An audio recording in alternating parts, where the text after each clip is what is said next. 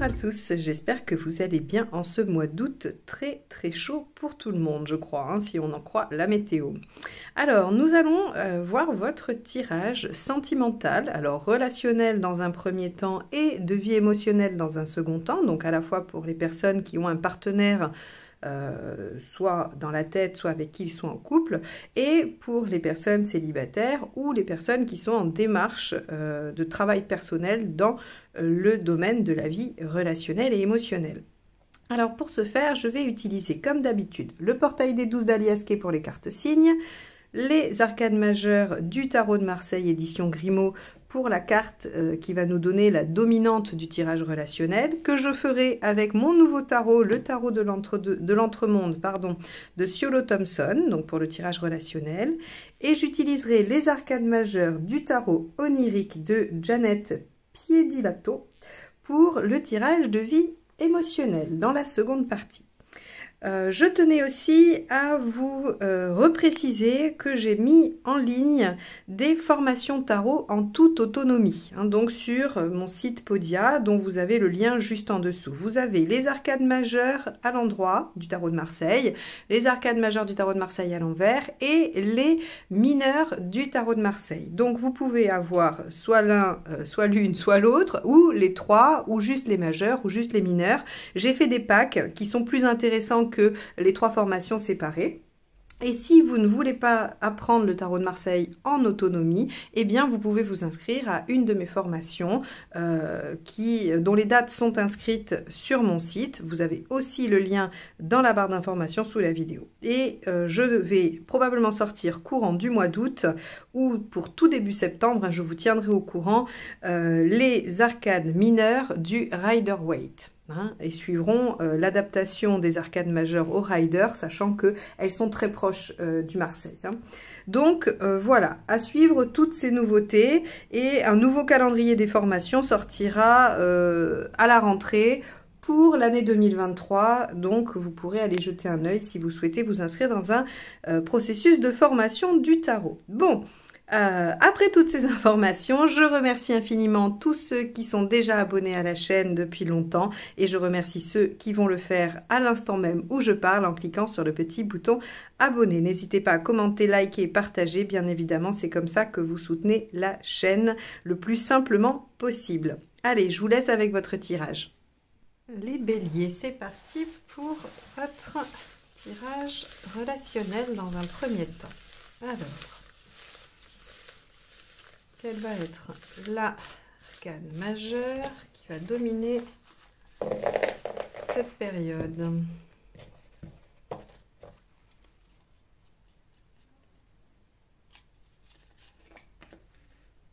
Le chariot. Alors ça, c'est très positif. Le chariot est une carte dynamique qui montre qu'on est dans la réussite, le succès, les choses avancent, progressent, on est dans la bonne voie. On a aussi du potentiel qui se déploie. Hein, c'est-à-dire, c'est un petit peu comme... je crois que je l'ai expliqué déjà dans un autre tirage. Par exemple, vous plantez une graine, un plant de tomate. Vous plantez une graine de tomate, ça vous donne un plant de tomate. Et ce plant de tomate, il vous donne, je sais pas, il vous donne 15 ou 20 tomates. Eh bien, vous pouvez récolter ces tomates et les manger. Mais vous pouvez aussi récolter les graines, manger les tomates, mais garder les graines et replanter tout autant de graines qu'il y a eu dans les différentes tomates que ce plant vous a donné. Et ça représente le potentiel de la récolte. Donc avec le chariot, il y a comme l'accession à un nouveau stade, à un nouveau niveau qui donne des ouvertures vers du potentiel plus grand encore. Donc on va aller voir comment ça se manifeste dans le tirage relationnel.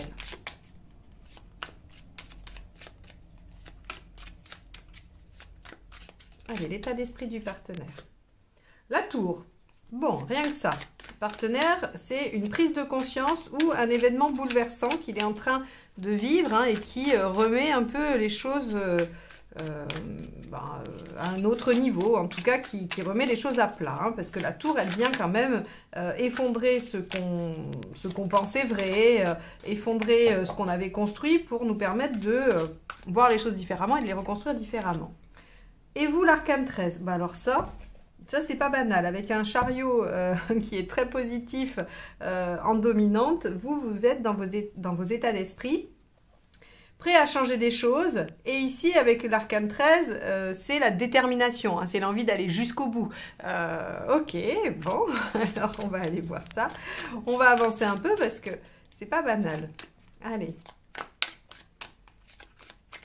Les deux arcanes majeures les plus radicales, on va dire, sont dans vos états d'esprit. Alors, le 5 d'épée, on va être dans les petites batailles d'ego. Alors, je ne suis pas très étonnée avec une tour et 13 en état d'esprit. Il y a ici quand même de fortes puissances en place. Hein. Ce qui vous aide, c'est le cavalier de bâton. Et ce qui ne vous aide pas, c'est le cavalier de coupe. Ah, d'accord. Ok. Alors, ici, il y a une problématique à dépasser qui est le 5 d'épée. Il y a visiblement eu des vexations ou des problématiques, des choses qui ont fait que c'est venu un peu remettre en question la situation, le couple, en tout cas la relation. Hein. La tour et la mort, on remet quand même les choses pas mal en question. On se demande si on va tout arrêter, tout casser pour tout reconstruire ou au contraire tout casser et puis se reconstruire séparément. Quoi qu'il en soit, gros questionnement sur la relation les béliers. Et le 5 d'épée nous dit qu'il y a des blessures d'ego à dépasser, des conflits qui semblent être des conflits de fierté, de positionnement, de posture. Vous savez, c'est des fois on aurait envie de laisser les choses faire, mais on dit mais quand même je vais pas laisser passer ce coup-ci, je peux pas après tout. Voilà, et c'est pas forcément une posture de cœur, c'est une posture qui dit bon à un moment donné. Voilà, ma fierté est en jeu ou je dois poser des limites parce que sinon on va penser. Vous voyez, il y a un petit peu tout ça avec le 5 d'épée. Donc on est dans des problématiques, dans des différends qu'on veut gagner, qu'on veut, comme si on voulait asseoir une certaine, j'allais dire autorité, c'est pas le terme. C'est comme si on ne voulait pas perdre la face. Voilà, très clairement. On ne veut pas perdre la face face à l'autre. Et donc, on maintient une position, même si on est au fond de soi pas tout à fait convaincu que c'est la bonne. Ce qui vous aide, cavalier de bâton, bah, c'est quand même d'essayer de faire les choses avec aussi une notion de passion. Et c'est assez intéressant parce qu'ici, on a le cavalier de coupe et le cavalier de bâton, et donc tout va être dans la nuance. Le cavalier de bâton vous demande de faire les choses avec passion, avec enthousiasme, avec fougue, mais le cavalier de coupe en mauvais aspect vous dit, ça ne veut pas dire vous laisser complètement submerger par votre émotionnel. Donc ici, il va y avoir une posture équilibrée à trouver entre... je dois quand même m'affirmer, le bâton c'est le feu, c'est l'affirmation, alors c'est très lié en plus avec votre, c'est votre série, hein, les béliers, c'est la série du feu. Donc il y a une question d'affirmation de soi, sans qu'elle soit guidée, cette affirmation, par de l'émotionnel, aussi bien en positif qu'en négatif, j'ai envie de dire. C'est-à-dire que vous pourriez être aux prises affectives, émotionnelles avec quelqu'un, et que ça vous fasse prendre des décisions qui ne sont pas les bonnes pour vous, mais vous pourriez aussi être en colère, blessé, affecté, et émotionnellement touché, et que ça vous fasse aussi prendre de mauvaises décisions. Donc ici, on va vous demander d'être dans ce qui vous fait vibrer, dans ce qui vous anime, plutôt que ce que vous ressentez. Et c'est une nuance très très importante, parce que pour dépasser le 5 d'épée, il ne faut pas laisser l'émotionnel parler, il faut laisser parler l'énergie de vie. Hein, ce qui fait vibrer, la bonne direction, c'est, j'ai envie de vous dire, c'est l'intuition qui vibre. Quand vous pensez aux différentes possibilités que vous avez, il faut voir celle qui vous fait vibrer, pas celle qui vous fait ressentir un malaise, pas celle qui vous fait accélérer le cœur, pas celle, voilà, celle où vous vous sentez aligné, où vous dites ça me met en harmonie, ça me rend serein ou sereine. Bon. Quel que soit le sujet, hein, d'ailleurs, je ne précise pas de sujet ou quoi que ce soit parce que ça va dépendre de... tout le monde ne va pas être dans cette situation-là à cause de la même chose. Hein. Mais en tout cas, les enjeux sont les mêmes. L'intention du partenaire est la vôtre, on va voir ça. 6 de bâton. Ouais, on a un partenaire qui veut gagner la partie. Hein. Et vous... Et vous êtes dans l'espoir que ça s'arrange. Ok. Ok. Alors, le 6 de bâton, avec la tour, hein, ça va être bon, j'ai perdu beaucoup de choses ou j'ai pris conscience de certaines choses, ça dépend, ça peut se passer sur le plan mental comme sur le plan réel, concret, et je compte bien sortir victorieux, d'où le 5 d'épée. J'aurais tendance à voir, à penser que le 5 d'épée appartient un tout petit peu plus au partenaire qu'à vous les béliers, même si, bon, vous pouvez tout à fait être le jeu de ce 5 d'épée. Bon, voilà, avec un 6 de bâton, on a une détermination du partenaire à ne pas se laisser faire ou à ne pas perdre la face, justement. Vous, avec l'étoile, on a une notion d'optimisme, une notion de... peut-être que vous continuez dans cette voie-là parce que vous vous dites ça va bien finir par s'arranger, il va y avoir quelque chose qui va faire que... et donc, vous en remettez un peu plus au destin. Ça finit comment, cette histoire-là, les béliers? Parce que là... Ça finit comment à la fin de la période? On en est où à la fin? Le jugement. Bon, ok. Je comprends mieux le chariot, parce que là, pour le moment, quand je déroulais le tirage, bon, où est la réussite et où sont les potentiels, finalement, j'avais envie de dire. Bon, eh bien, le jugement ici nous dit que cette crise que vous traversez, puisque bon, ça semblerait assez, si vous ne vivez pas de crise et que tout va bien, clairement ce tirage ne vous parle pas, parce qu'avec une tour et une mort dans les états d'esprit, on a forcément une crise, on a forcément une difficulté actuellement dans la relation. Si vous la traversez, elle est salutaire et c'est là qu'on rejoint finalement la signification du chariot, puisqu'on voit qu'à la fin, vous arrivez à reconsidérer les choses, à les évaluer, à les faire redémarrer, à les ressusciter. Hein. La carte du jugement, c'est quand même, j'arrive à ressusciter quelque chose que je croyais mort, entre autres. Mais dans le relationnel, c'est quand même la réconciliation. Et cette réconciliation, elle vous donne de nouveaux horizons, c'est-à-dire que forcément cette crise va avoir modifié des choses pour vous et pour le partenaire, et que ça ouvrira de nouveaux potentiels, de nouveaux horizons, comme je le disais. Donc, on rejoint bien la signification du chariot qui nous dit cette crise qui n'est pas si simple que ça à traverser, qui vous met quand même un peu mal tous les deux, bien que vous gardiez de l'espoir et que vous soyez optimiste, elle est salutaire parce qu'elle vient probablement modifier ce qu'il y a à modifier pour déployer le potentiel de la relation. On va aller voir les conseils. Et dans ce cas-là, vous avez tout à fait raison d'être dans la posture de l'étoile dans votre intention et d'être confiant et optimiste. 2 d'épée. Prenez le temps de réfléchir, évaluez la situation. Roi d'épée, encore une fois, on vous dit de revenir au mental. Là, c'est assez marrant. Je pense que si on vous conseille le mental, c'est pour éviter de tomber dans l'écueil de la coupe et de l'émotionnel. Enfin, de l'affectif, quoi, de ce qui vous touche fort. Et ensuite, on a le valet d'épée. Ok.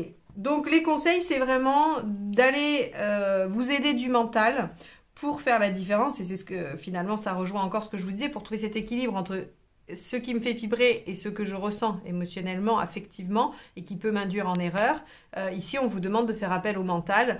2 d'épée, je regarde toutes les options, j'essaye de mieux comprendre les enjeux. Roi d'épée, je fais appel à mon intelligence, à ma capacité d'analyse pour comprendre ce qui est en jeu. Et valet d'épée, je cherche à en apprendre, à mieux comprendre et à trouver les issues, à développer le potentiel des pistes que j'ai trouvées pour trouver une issue favorable, aller vers, on va dire, une réconciliation.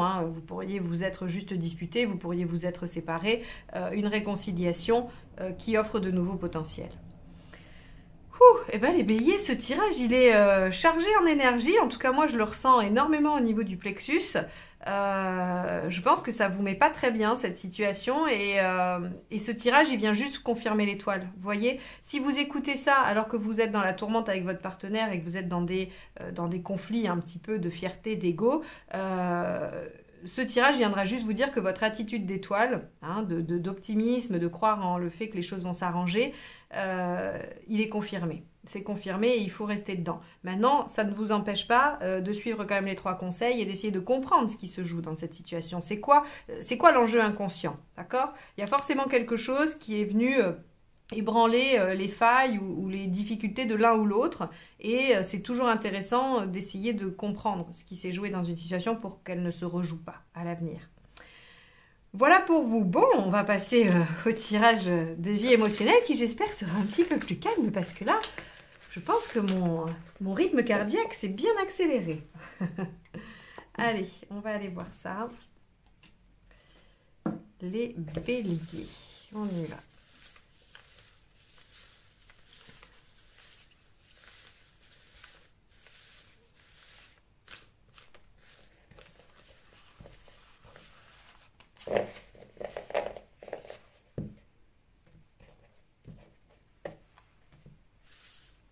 Hop, votre état d'esprit. Le magicien inversé. Vous êtes fatigué, vous en avez marre. Oh oui. Ok. Bon. Bon alors, les béliers, vie émotionnelle, c'est compliqué parce que là, avec le battleur inversé et la force inversée, vous êtes vide de toute énergie et de tout enthousiasme par rapport à ça. Hein. C'est-à-dire qu'on pourrait penser qu'il y a du découragement. Ah, alors, ça peut, vous pouvez ne pas être complètement à plat. Hein. On parle que de votre vie émotionnelle, pardon. Et donc, ça pourrait être un découragement dans ce domaine. Soit vous n'arrivez pas à obtenir les résultats escomptés et ça vous donne envie de tout arrêter ou de baisser les bras, ou bien vous voyez bien que les difficultés sont là ou que les rencontres n'arrivent pas et ça vous fatigue, ça vous épuise et vous essayez de lutter contre quelque chose qui ne vient pas, ou en tout cas de mettre de l'énergie dans quelque chose qui ne se concrétise pas et ça vous épuise. Alors, pourquoi ? L'étoile inversée, ici, elle nous dit que il y a probablement trop de mise en action de votre part. Alors, ça peut paraître étonnant, on dit toujours qu'il faut se mettre en mouvement, qu'on ne peut pas tout attendre de l'univers, que les choses ne nous tombent pas tout cuit dans le bec. Et c'est toujours valable, je pense, hein, je ne remets pas ça en question. Mais là, en l'occurrence, dans cette situation, à ce moment précis de votre vie, il y a comme une trop grande volonté de donner une direction aux choses. Et vous n'êtes pas assez en lien avec juste un ressenti, une intuition, une direction qui vous est demandé de prendre et que vous suivez avec confiance. Là, on va vous demander d'être un tout petit peu plus dans l'acceptation de ce qui se présente à vous et pas de vouloir maîtriser ou gérer quelque chose. Par exemple, dans le domaine relationnel, on va vous dire acceptez toutes les propositions de sortie que vous font vos amis, mais n'essayez pas de sélectionner des gens sur fiche dans les applis de rencontre, par exemple. Quand vous faites ça, vous contrôlez. Hein, c'est-à-dire que vous décidez si oui ou non vous laissez telle chance à telle personne, alors que quand vous vous laissez surprendre par une rencontre lors d'une sortie ou quelque chose comme ça, c'est pas du tout pareil. Donc, alors c'était un exemple, hein, je dis pas que c'est exactement ça qu'il faut faire, mais c'était pour vous donner un peu le sens de mon propos. Donc on vous dit, là il va falloir être un tout petit peu plus souple, un peu plus à l'écoute de ce qui se présente et pas être dans la volonté de maîtriser ou de mettre en œuvre des choses telles que vous les avez imaginées, sans laisser la part un peu d'inconnu. Et surtout, avec les amoureux, ici, on vous dit, il va falloir mettre votre vie sentimentale, certes au premier plan, mais s'engager dans une voie. C'est-à-dire que s'il y avait de l'oscillation ou de l'hésitation avant, ça fatigue, ça vous épuise, parce que les actions ne sont pas toutes dirigées dans une même direction. Là, on vous dit, si vous choisissez d'opter, et à mon avis c'est judicieux, hein, d'opter pour accepter ce que la vie vous offre, vous devez rester là-dessus, et pas dire je vais faire les deux, comme ça je double mes chances. En fait, c'est un peu ça. Hein, je vais continuer d'essayer de tout maîtriser, mais s'il y a un truc qui m'arrive, je suis open. Non, parce qu'en fait, c'est vraiment une posture... on va dire, psychique, mentale. Soit vous vous dites, ok, je lâche prise, même si je déteste ce mot, hein, mais je lâche, en tout cas, je n'essaye plus d'orienter les choses. Soit vous le faites, mais soit vous les orientez, mais il n'y a pas de... C'est pas possible de faire les deux simultanément, quoi. Et là, on vous dit, il faut choisir une voie. Il faut choisir une voie. Alors, ce que ça fait, ça change les choses radicalement, Arcane 13, hein, dans l'issue à court terme. Ça vous fait faire un tournant à 90 degrés et hop, là, on prend une autre direction. Et avec le soleil inversé, ça va peut-être pas être évident tout de suite, hein, vous allez peut-être pas vous y retrouver, vous allez vous dire, oui, super, ça valait bien la peine, mais il faut garder confiance, il faut garder espoir, on va vous tester là-dessus. Et donc, voilà, comme tout test, hein, plus on résiste, plus il dure. Donc je pense que sur cette période, vous allez avoir envie d'y résister. Mais sachez que ce résultat, le soleil inversé, il est valable pour les deux, c'est-à-dire que si vous mettez en place cette nouvelle posture, on va tester votre résistance à ça. Mais si vous ne la mettez pas en place, on ne vous apporte rien de plus. Hein. Donc, il y a tout intérêt à aller vers cette posture, même si elle n'annonce pas grand-chose dans les semaines à venir. Le résultat sera beaucoup plus probant, à mon avis, si vous êtes patient, que si vous vous dites, bah non, je continue à tout gérer, à tout maîtriser, ou en tout cas à vouloir interférer dans cette mission-là de vie émotionnelle. Alors c'est la rencontre, mais c'est la guérison, c'est plein de choses. Sur le point de vue de la guérison, ça voudrait dire je veux absolument essayer une méthode et je ne me laisse pas emporter si ça fait 3 personnes qui me parlent d'une autre méthode. Il faudrait peut-être que j'y aille, il faudrait peut-être que j'essaye, ou en tout cas que je lise des choses dessus, que j'écoute, est-ce que ça me parle ou pas, comment ça résonne. Hein. Voilà, il faut davantage vous laisser porter pour que vous obteniez le résultat, même s'il ne sera pas immédiat. J'en suis vraiment désolée. Voilà pour vous les béliers. J'espère que ces tirages vous aident à y voir plus clair, hein, vous donnent des pistes de réflexion puisque c'est leur seul objectif. Je le rappelle à chaque fois, je n'ai pas d'autre prétention que d'échanger avec vous sur des pistes de réflexion qui pourraient vous amener à avancer dans votre cheminement personnel. En tout cas, je vous remercie de m'avoir écouté jusque-là. Je vous souhaite une belle fin de période et je vous dis à très bientôt pour de nouvelles guidances. Bye bye.